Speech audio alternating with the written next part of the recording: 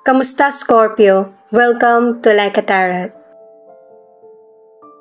Alamin natin kung anong nangyayari ngayon na connected sa future. Ito muna yung alamin natin na card kung ano yung dapat mong isipin or dapat gawin. Para sa mga bagong viewers, ang reading na ito ay timeless reading. General reading at guide po lamang kaya hindi po magre-resonate sa lahat. Kunin mo lang yung akma sa sitwasyon mo. Ikaw na rin magpalit kung sa person mo ito o ikaw.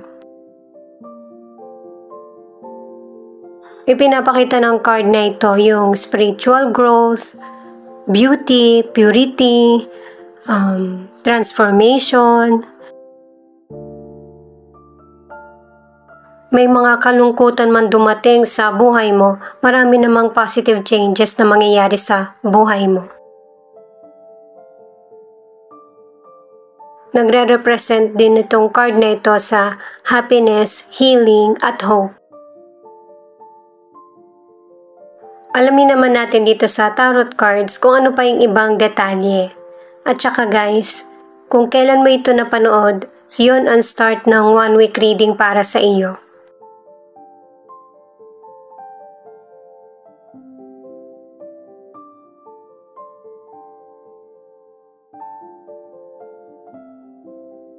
Two of Swords, Seven of Wands, Eight of Pentacles.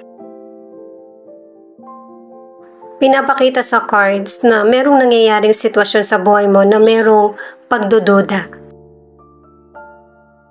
Magtanong ka pero gusto mo lang tiyakin kung tama ba yung narinig mo.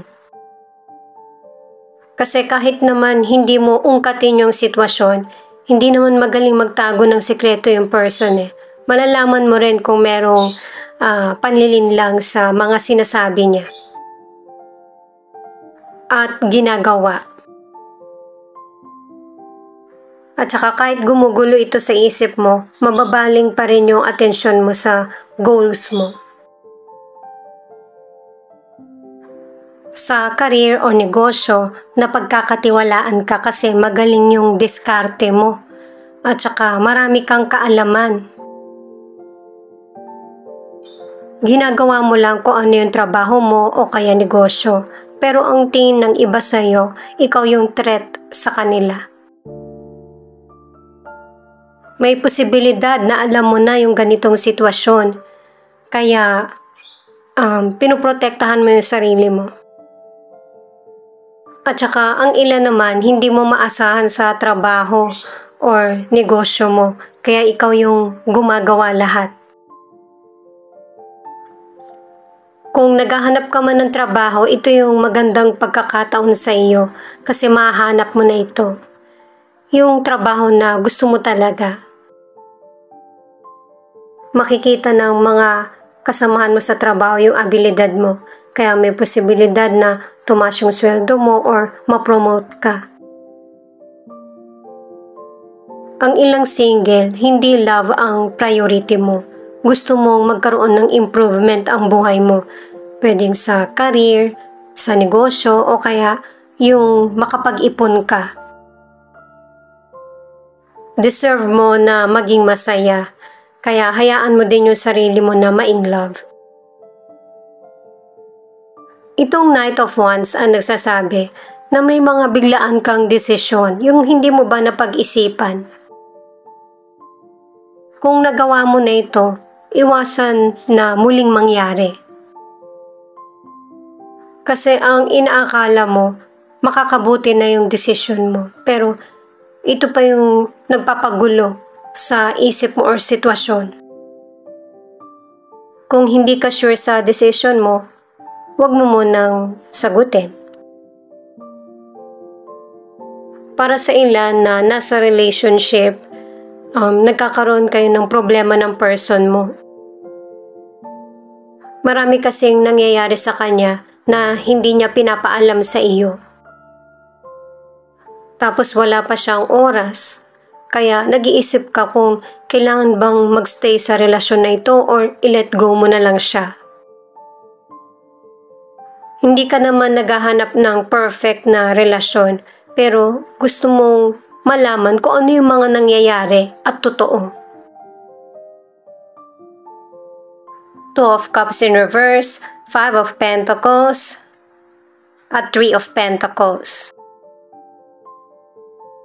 Pangalawang card mo na ito na hindi ka dapat padalos-dalos sa mga desisyon mo.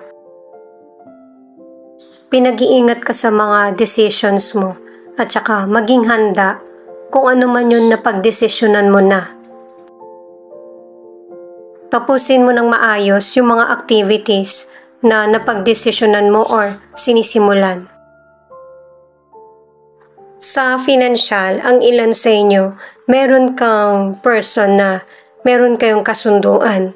Pero yung person na yun, hindi siya tumutupad sa napagkasunduan nyo. Meron kasi yung person na mapanlamang, scammer, yan yung pag-ingatan mo. Kaya ang ilan sa inyo sa financial, na problema ka, sa totoo lang hindi mo naman to talaga problema eh. Ibang tao yung gumawa. Magiging pansamantala itong problema na ito kung haharapin mo. Yun kasi yung magiging kasagutan para sa mahirap na sitwasyon mo sa financial. Para sa mga nasa relationship, meron pang chance na para maayos nyo ng person mo ang problema. Pero para sa ilan, tingin mo, hindi na magiging maayos pa yung relasyon nyo ng person mo kasi ang ilan sa inyo inabandon na ka ng person mo. Yung nakipaghiwalay bigla or nawala siyang bigla. Naiisip ng ilan sa inyo na hindi mo ito deserve. Pero kahit ganito yung nangyayari sa relationship nyo, ng person mo, inabandon na kanya, gusto mo pa rin magkaroon ng linaw kung ano yung patutunguhan ng relasyon nyo. Yung harapin kanya.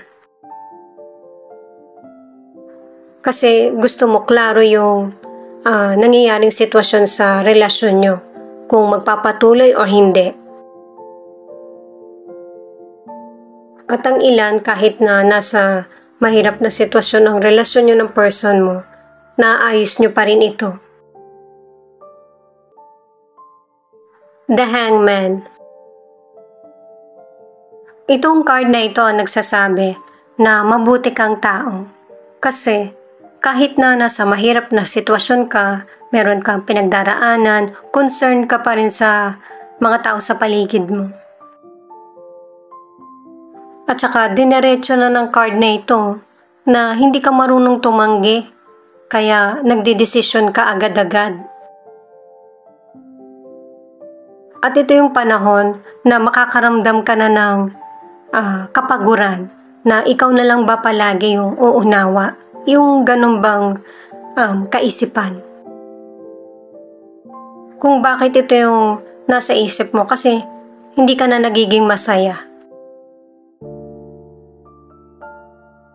Para sa ilang single, yung intention mo sa potential person ay, kumbaga, seryoso ka. Pero yung potential person, hindi siya nagseseryoso sa mga sinasabi niya sa iyo. Dalawang cards na ang nagsasabi niyan. Mas maigi na wag mong ibigay lahat ng attention mo dun sa potential person. Ito naman yung rune na letra ng sinaunang panahon. Itong manas ay slow growth. Ibig sabihin, kung merong mang changes na mangyayari sa buhay mo, ay biglaan itong mangyayari. Pero sa ngayon, may mga delay pang mangyayari sa buhay mo. Itong answers in reverse, may mga opinion yung ibang tao tungkol sa sitwasyon pero hindi kailangan lahat sundin mo. Kasi yung taong magsasabi sa'yo or magkukumbinsi sa'yo, ang dala lang niya ay fake news. Kilala mo yung sarili mo kaya huwag kang padala sa sinasabing negatibo ng iba. Ito yung isa na nagsasabi na kailangan ng patience. Kasi may mga delay na mangyayari sa buhay mo, pero hindi naman to pang matagalan. Maging mahinahon kasi may mga solusyon na darating.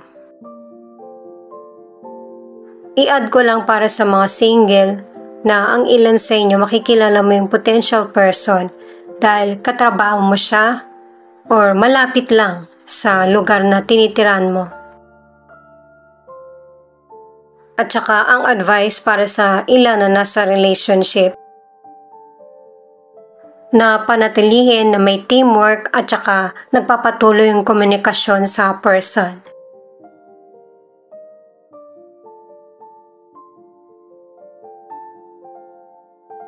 Affirm, stop stressing. Something big is about to happen to you at the right time. The universe will give you what is yours. Katulad lang din ng sinabi ng rune na maging pasensyoso. Kasi kung ano'y nakatadhana, yun ang darating.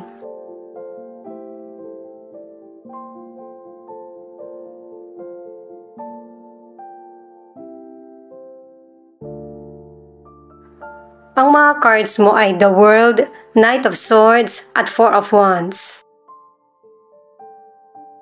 Itong mga cards na ito ang nagsasabi na magkakaroon ka ng bagong goal na sisimulan sa buhay mo.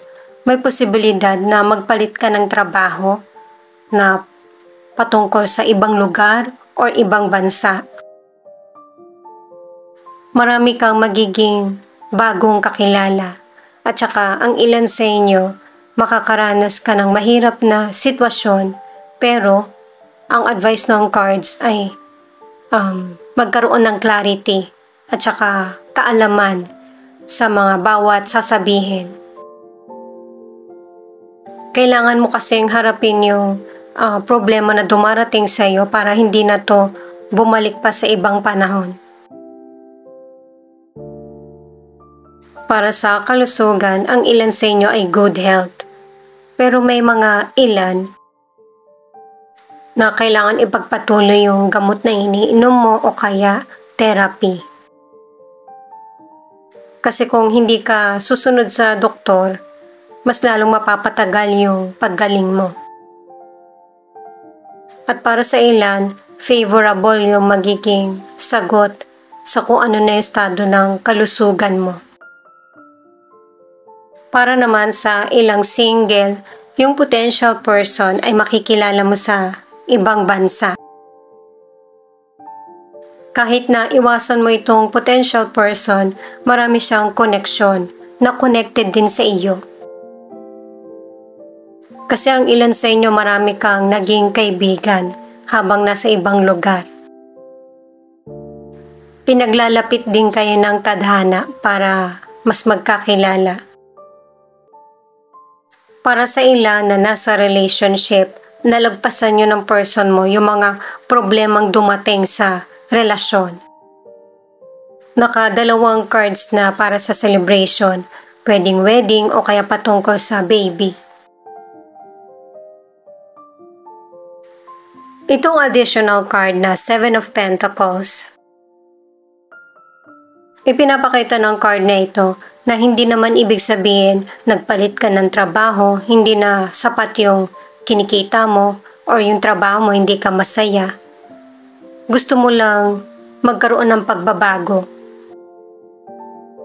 At tama naman yung magiging desisyon mo kasi magbe-benefit ka sa mga nagawa mong desisyon patungkol sa career o kaya sa negosyo.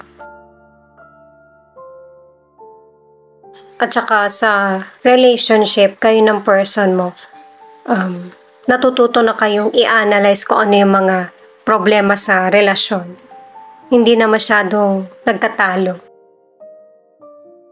At saka ang ilan sa inyo, magsasama kayo ng person mo hanggang pagtanda. Ito naman yung ilan sa 12 zodiac sign na nangunguna sa reading na ito. Taurus, Virgo, Aquarius, Sagittarius, at Cancer. Ito naman yung ilan na posibleng andito yung letra ng pangalan mo o letra ng pangalan ng person mo.